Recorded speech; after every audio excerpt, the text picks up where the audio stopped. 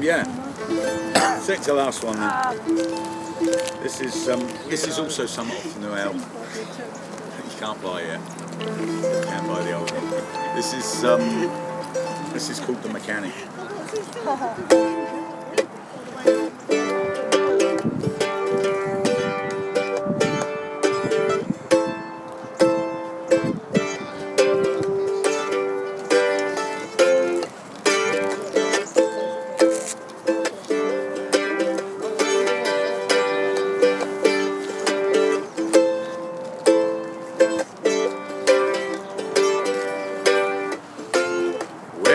May have dirty fingernails, but my hands are mostly clean.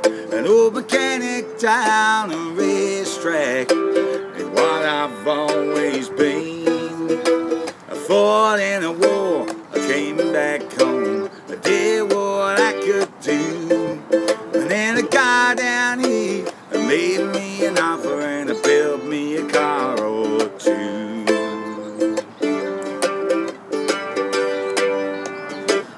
Well, the first I raced every Saturday night at a dirt track outside town. And every now and then a damn near died as I learned my way around. Because the car that I built was better than me. Sometimes I couldn't keep pace.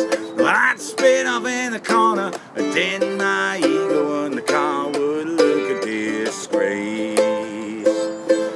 There's parts up there and on the wall, a photograph or two. And from the times I won, I came close second, and a single one of them knew. If you've the stones, I think you have a deal I'll offer you. 20 years of racing hell, then a dead is due.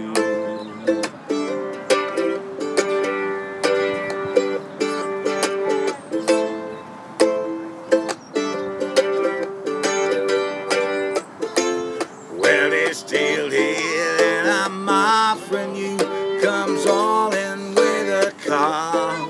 And my second bill was someone just like you and mine to start.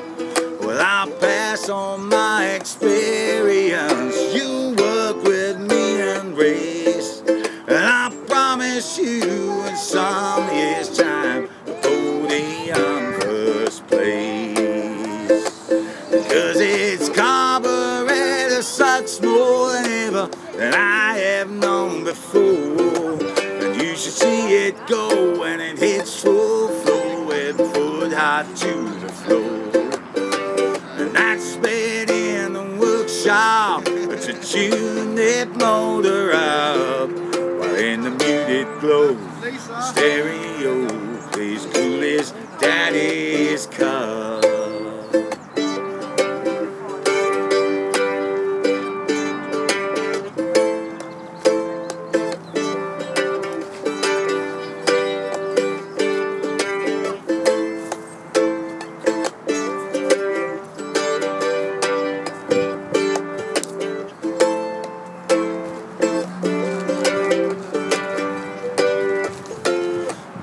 Saying here ain't no devil's deal, cause I want your heart, not soul. If you give me yours, I'll give you mine, and we'll reach a mutual goal. Well, your name's upon this contract, all you need to do is sign. So make your mark, it true, across that finish line. Because there's parts up there and on the wall, a photograph or two. From the times I won, I came close second, and you can have that too. If you've the stones, I think you have a deal I'll offer you. 20 years of racing hell, and a daddy's too.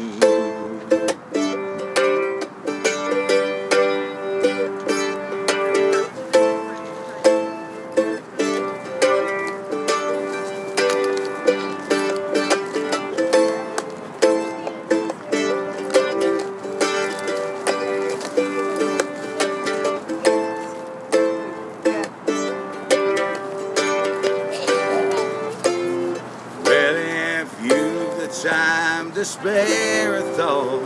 There's worse things you could be than winding up working here, an old mechanic just like me.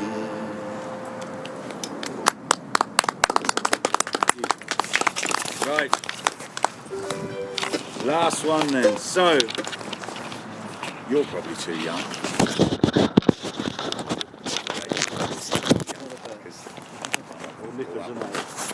But there's a few old buggers here. So a few of you old buggers might recognise this eventually. Oh, sorry, old will do that. How you doing? I haven't seen you for a while. So, yeah. Huh? Oh, you shouldn't. You shouldn't. Then you shouldn't. Yeah. So this is a song that I was hoping to put on the end of the new album. On the last album, on the Garage Songs album, I did this really big long track called The Volunteer that's like 3 songs, 2 instrumentals, and it's a story of the Spanish Civil War. Not the whole story of the Spanish Civil War, but a story of the International Brigades and stuff. And then at the end of it, there was a song that my father took me to see my first James Bond film, I think probably 67, something like that, and it was You Only Live Twice. And I fell in love with the song, and I fell in love with Nancy Sinatra's voice, and then when I was 9 years old I got the biggest crush in the world on Nancy Sinatra as a 9-year-old. This isn't that song, but what I did was I stuck that song, I stuck You Only Live Twice on the end of the last album after The Volunteer, about 30 seconds afterwards, and I shouldn't have told you really, because if you're going to buy a copy now you'll know that you've got to listen past The Volunteer, so it won't suddenly jump out the speakers at you and scare you. But I wanted to do the same on this next album. I wanted to use this particular track that I'm going to play here. I was really wanting to do it, and I thought, no, I'll do it properly. I'll go and actually ask. I'll ask permission to do it. And they said no. I said, you can't do it. I ended up speaking to a solicitor. I went through the family estate because the guy's dead. I went through the family estate, and I found the solicitor who handles the family estate. And the solicitor said, no one is allowed to record this man's material. Nobody at all. You can't record it and then say, oh, all right, I'm going to do this one way or another because I will do it. And I thought, well, I don't want to put it on the album, because if I put it on the album and then they throw a cease and desist order at me, that means that they can then take every copy of that album that I've had pressed and just take it. And I have to just hand it over because they've said cease and desist. So what I'm going to do instead, I have recorded it already. And I'm just going to bung it on a CD that I'll give away to everyone that buys a copy of the new album once it's out. And that way, if they do a cease and desist order, yeah, they can have copies of this one, because I'll just burn that on the computer. So I have as many as you want, guys. I've got about 50 at the time, you know, I've done. So you can have all those, but you can't have my other albums, so they won't be connected as such. And I thought, well, that'll be a way around it. We'll get that done. That'll be a good one. So that's what we're going to do. So I'll leave you with this one, unless you want to shout more, and then I'll do another one. But yeah, it's up to you. But it's been a pleasure. I've really enjoyed this. It's a nice lunchtime session. It's really, really good fun. Cheers, guys. It's been good to come down and play for you. So yeah, see what you make of this. And I'll tell you what. When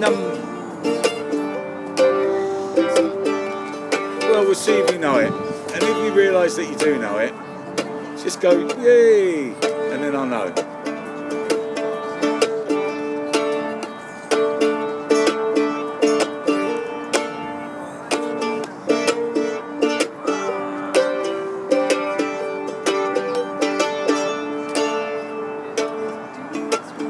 You could hear the hoofbeats pound as they raced across the ground, clattering off the wheels as they spun round and round and round. And he galloped into Market Street, his badge upon his chest.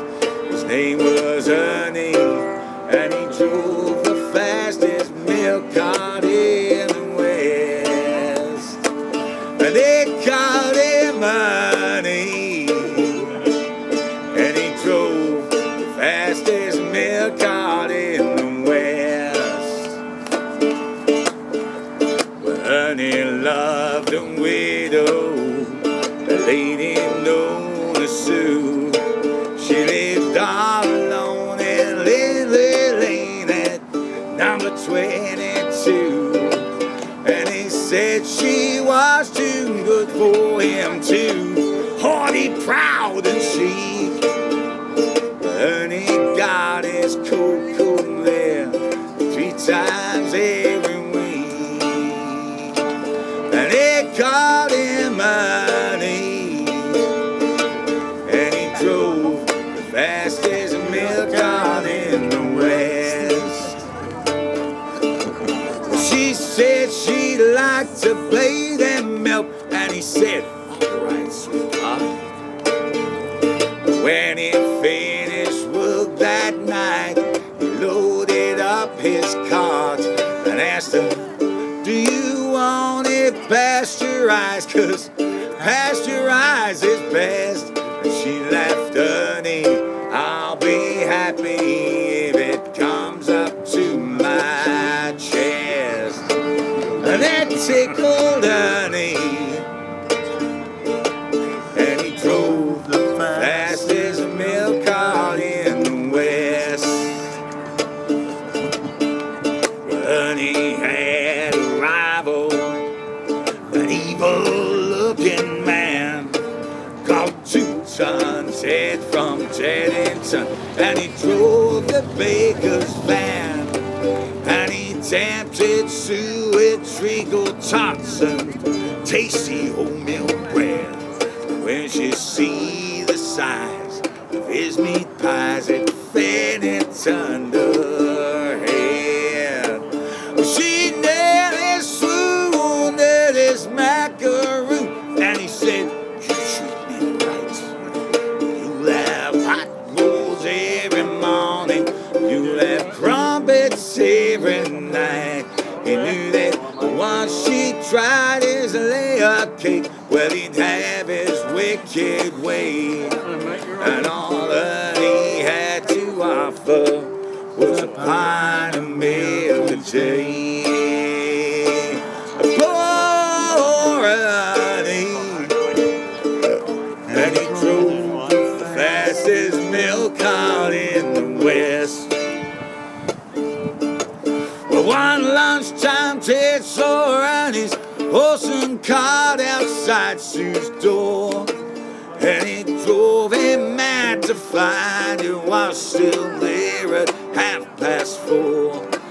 And he got down from out his van, hot blood through his veins did course, and he went across to Ernie's cart and kicked Ernie's horse, well, whose name was Trigger. And he pulled the fastest milk cart in the West. Well, Ernie rushed into the street, his gold top in his hand, and he said, you wanna marry Sue? Well, you fight for her like a man. Oh, well, why don't we play cards? Ted sneeringly replied, well, come on, let's make it interesting. Put a shilling on the side.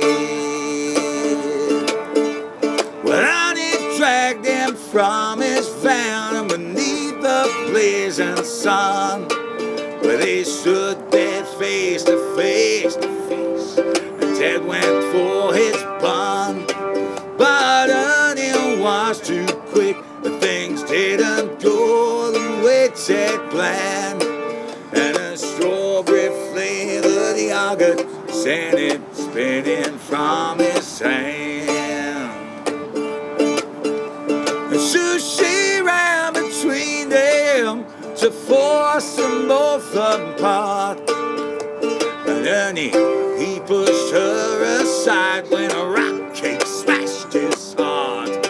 And he looked up in pain, surprised as the concrete hardened crust of a stale pork pie caught him in the eye, and Ernie bit the dust. Poor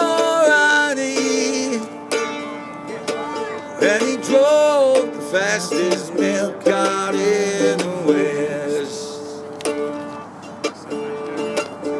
And he was only 52. He didn't want to die. But now he makes deliveries in that milk round in the sky, where the customers are angels and ferocious dogs are banned. And the milkman's life is full of fun in that fairy dairy land. But a woman's needs are manifold, and Sue, she married Ted. Strange things happened on their wedding night as they lay in their bed. Was that the leaves are rustling, all the hinges on the gate?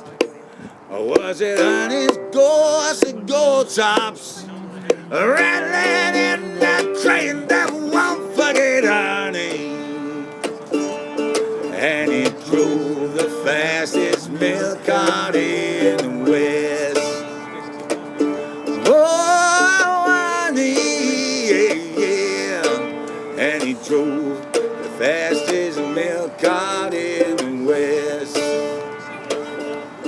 And he drove the fastest milk cart in the West.